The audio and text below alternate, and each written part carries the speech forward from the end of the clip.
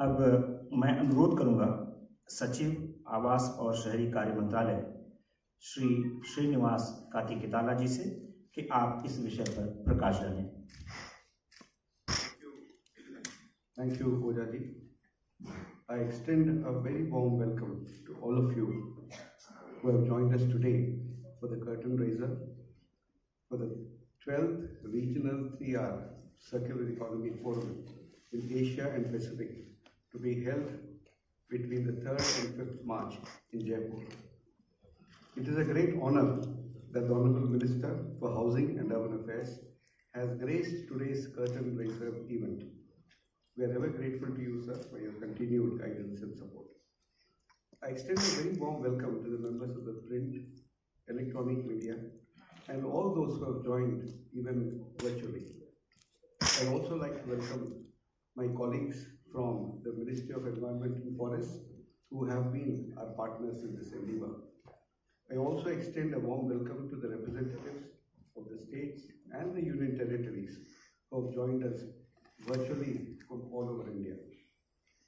Friends, as you're aware, the Regional 3R and Circular Economy Forum in Asia and Pacific was launched by the United Nations Center for Regional Development, UNCRD, and the Government of Japan in November 2009.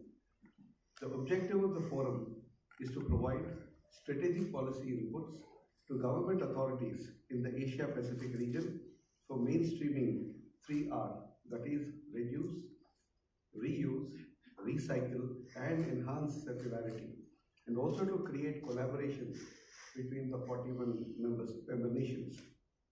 India has in the past hosted the 8th edition of this forum in the year 2018 at Indore.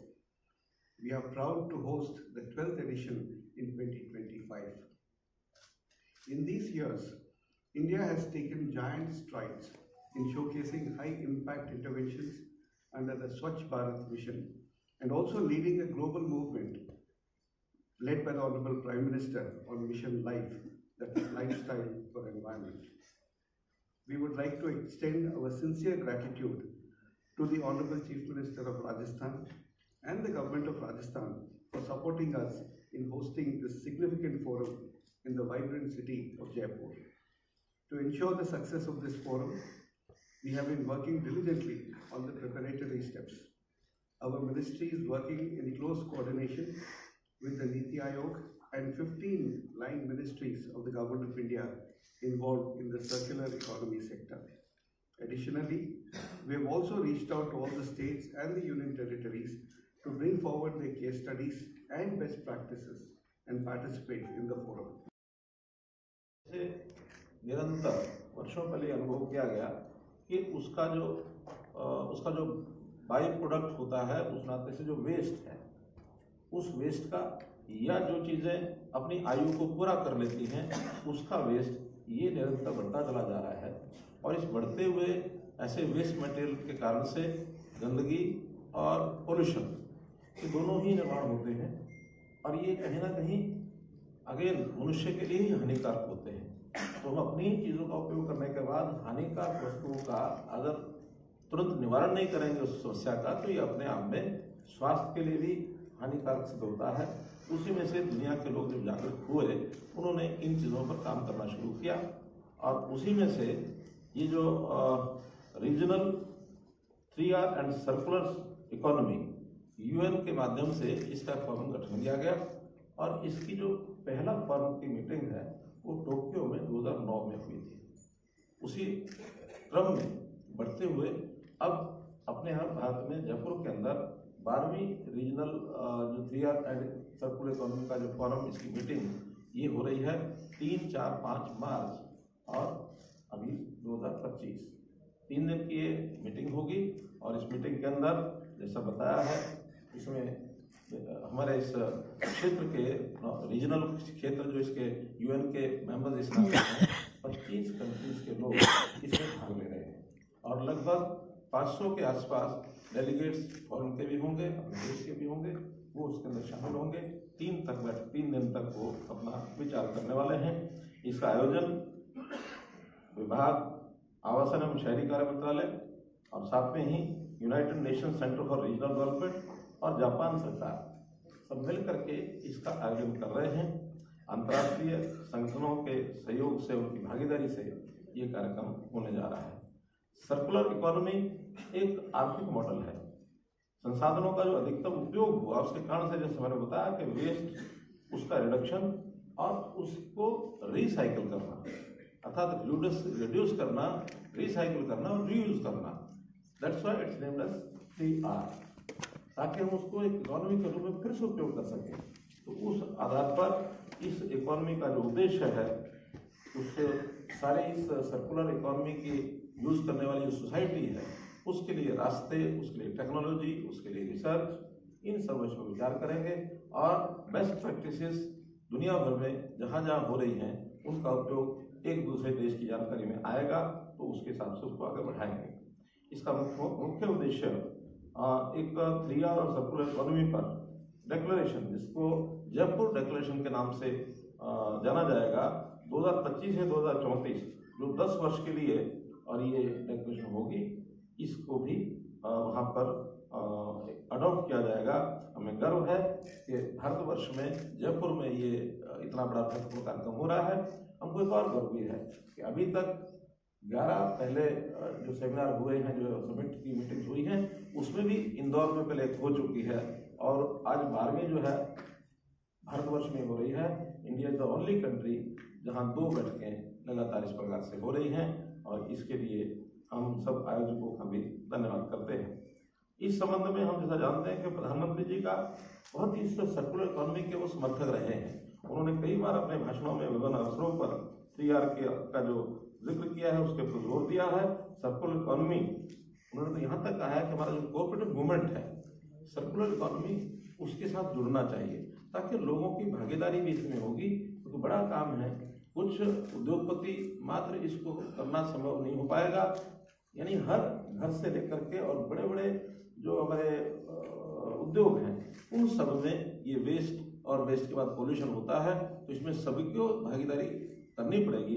तो इसके लिए हमको इस movement में जुड़ना चाहिए और ये क्लाइमेट रिसिलिएंट बन सके, इस नाते से प्रधानमंत्री जी का एक ये दृष्टिकोण हमारे सामने सबके है। इसी विजन के साथ COP26 जो 2021 में हुआ, उसमें पंचामृत लक्ष्य जो लॉन्च किया गया, 2070 तक नेट जीरो एमिशन का लक्ष्य भी सामने रखा गया। हरित ऊर्जा क्षमता यानी ग्रीन एनर्जी 2030 तक 500 गीगावाट हम पहुंचे, ये टारगेट भी उसी के अंदर हमने तय किया, जो भारत की प्रतिबद्धता है पेरिस एग्रीमेंट में, जो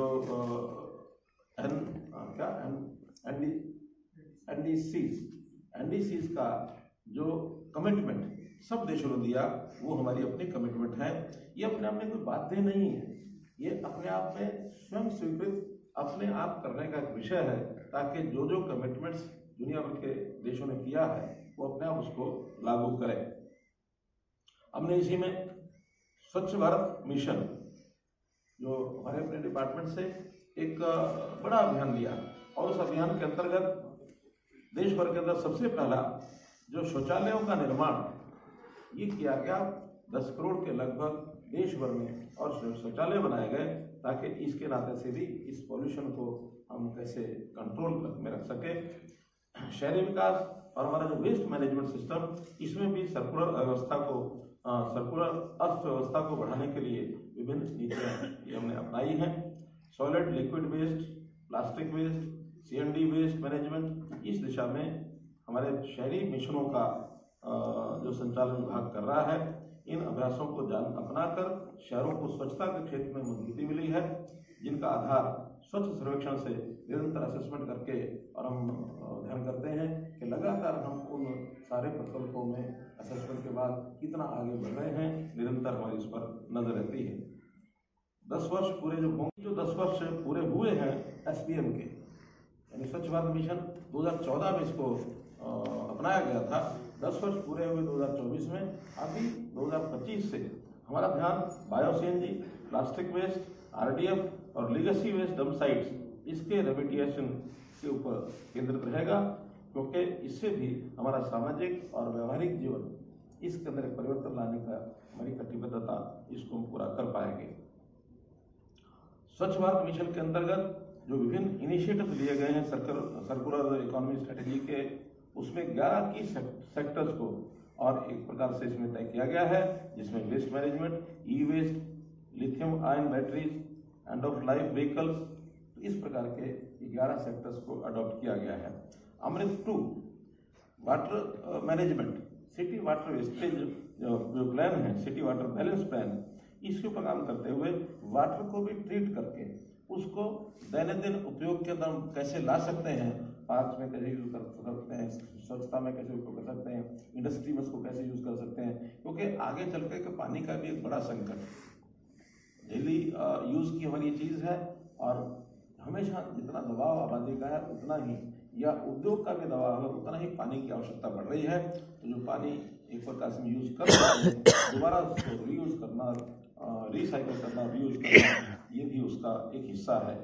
तो इस प्रकार से ये जो फॉरम है इसका एक महत्व हमको इस नाते से ध्यान में आता है कि इसके अंदर जो नीतियाँ बने, जो इसमें दिशा निर्देश ये जारी किए जाए, भारत को भी सस्टेनेबल डेवलपमेंट गोल्स और पर्यावरण से जुड़ी जो हमारी प्रतिबद्धताएं हैं उसको बल देने के लिए ये सब काम इस फॉर्म का हमको उपयोग होगा। और जैसे मैंने बताया कि 2018 में भी हमने काफ़ी चीज़ें उसमें से अडॉप्ट की थी और 2025 में भी उसका हमको ये लाभ होगा। मित्रों, जैसा मैंने पहले बताया कि उसके अंदर विभिन्न प्रकार के जो आयोजन किए जाएंगे उसमें 25 देश और 500 प्रतिभागियों की बात मैंने बताई है।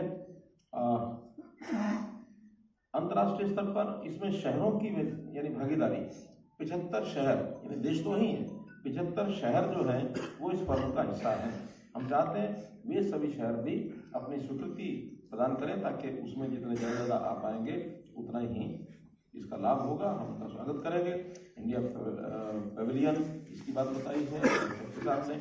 मंत्री और राजदूतों की जो राउंड टेबल चर्चाएं होंगी उसमें नीति का संवाद, और इसी साथ महापौर जो आएंगे उनकी अपनी जो मीटिंग्स होंगी उसके नाते से वक्ता विभिन्न सत्रों में 3 दिन चलने वाले सत्रों में संबोधन करेंगे। 120 वक्ता ये चर्चा करेंगे और भारत की 100 से अधिक हमारी जो सर्वश्रेष्ठ प्रथाएं हैं, क्योंकि भारत देश के ऐतिहासिक एक महत्व है कि हम इन व्यवस्थाओं में आज जुड़ रहे ऐसा नहीं है। हमारा तो हर परिवार, हर गांव वो भी इन व्यवस्थाओं से प्राचीन काल में जुड़ा रहा है। ऐसी जो परंपराएं हैं उनका भी जो बेस्ट प्रैक्टिसेस के नाते से वहाँ चर्चा होगी और जो अडॉप्टेबल होंगे वो सब अडॉप्ट करेंगे। सेल्फ हेल्प ग्रुप्स ये भी इसमें भाग लेंगे, अपनी अपनी प्रस्तुतियाँ देंगे। वेस्ट टू वेल्थ इस नाते से जो हमने नए नए आयाम खड़े किए हैं, वेस्ट टू वेल्थ कहें, कचरे से कंचन कहें, ये सारे विषय भी वहाँ पर प्रदर्शन किए जाएंगे कि वेस्ट में से कैसे बढ़िया से बढ़िया चीज़ें बना सकते हैं। मानो उदाहरण ज़्यादा ना हो, एक उदाहरण मैं देना चाहता हूँ। अगर आपने कभी चंडीगढ़ में रॉक गार्डन देखा हो तो निकिराम सैनी उन्होंने वेस्ट मटेरियल से किस प्रकार की आकृतियाँ बनाई, एक गार्डन बन गया और टूरिज्म का एक सेंटर, नॉर्थ इंडिया का एक सेंटर बना हुआ है रॉक गार्डन।